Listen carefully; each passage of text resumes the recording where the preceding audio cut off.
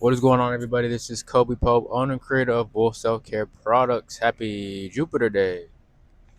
We're going to talk some more on iodine and the thyroid, more from the book, less off the top, but hey, let's get it. All right, so the thyroid gland cannot optimally function in an iodine deficient state. One of the consequences is goiter or swelling of the thyroid gland. Iodine is found throughout the body with approximately 15 to 20 milligrams stored in the thyroid of the average adult.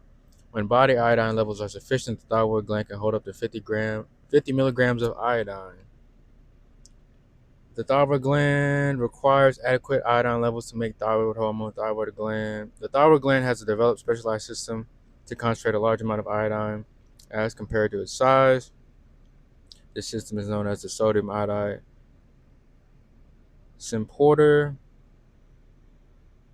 There are other tissues of the body that utilize that system to concentrate iodine, including the breast, kidneys, placenta, stomach, rectum, and salivary glands. The thyroid gland is located in the lower part of the neck and produces thyroid hormone. It is regulated by the pituitary gland, which produces thyroid stimulating hormone (TSH). Tridothyronine, or T3, is converted from T4 to the periphery of the body.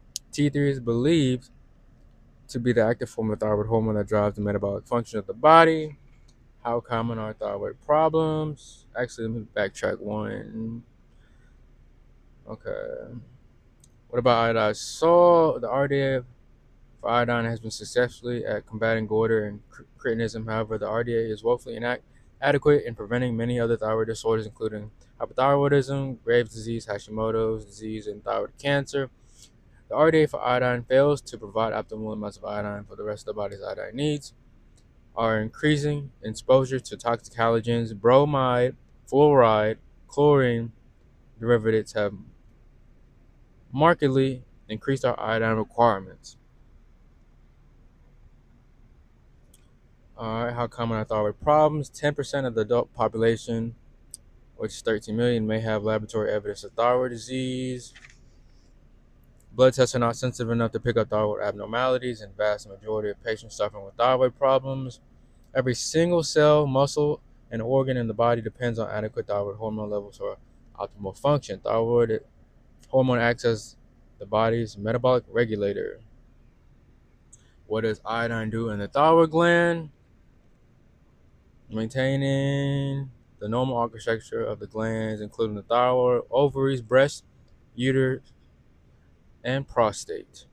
When the cells of the glandular tissue do not have enough iodine, the tissues maintain a normal structure. When iodine is deficient, the architecture of the glandular tissue becomes disrupted and the tissue becomes cystic. Cysts are fluid-filled sacs that have a distinct border from the surrounding normal tissue. When palpated, cysts are generally soft and compressible. If iodine deficiency persists, the cysts become nodular, that is, they become more firm upon palpation, which is touch. If iodine deficiency continues, the nodules start to change their histological appearance to become hyperplastic. Hyperplasia means overformation. All right.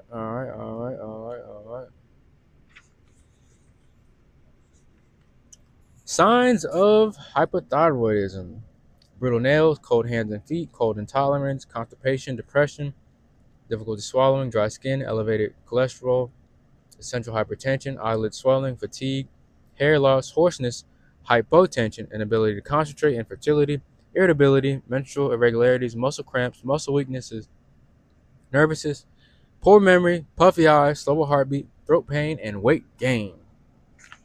Chest increase when starting iodine therapy. THS is released by the pituitary gland and stimulates the thyroid gland to produce thyroid hormone. However, THS has a function besides stimulating thyroid hormone production. It also stimulates the body's production of the iodine transferring molecules, the sodium iodide supporters. In other words, the NIS, which is the sodium iodide supporters, is like a taxicab that shuttles the iodine from the bloodstream into the thyroid cell in order for the cells to use iodine to make thyroid hormone. When iodine supplementation is started, the body will produce more NIS taxicabs to shuttle the iodine into the thyroid cell in order to produce thyroid hormone. THS. Final thoughts: the thyroid gland will not optimally function when iodine deficiency is present. But that is all for today's episode on iodine and the thyroid. Take more iodine if you suspect you have those conditions of hypothyroidism. You know where to shop for the CMOS. We got it at www.clfcr.com. We got it in mango strawberry. I think next season we're going to do raspberry lemon. We'll see how that goes. But thanks for watching. Peace.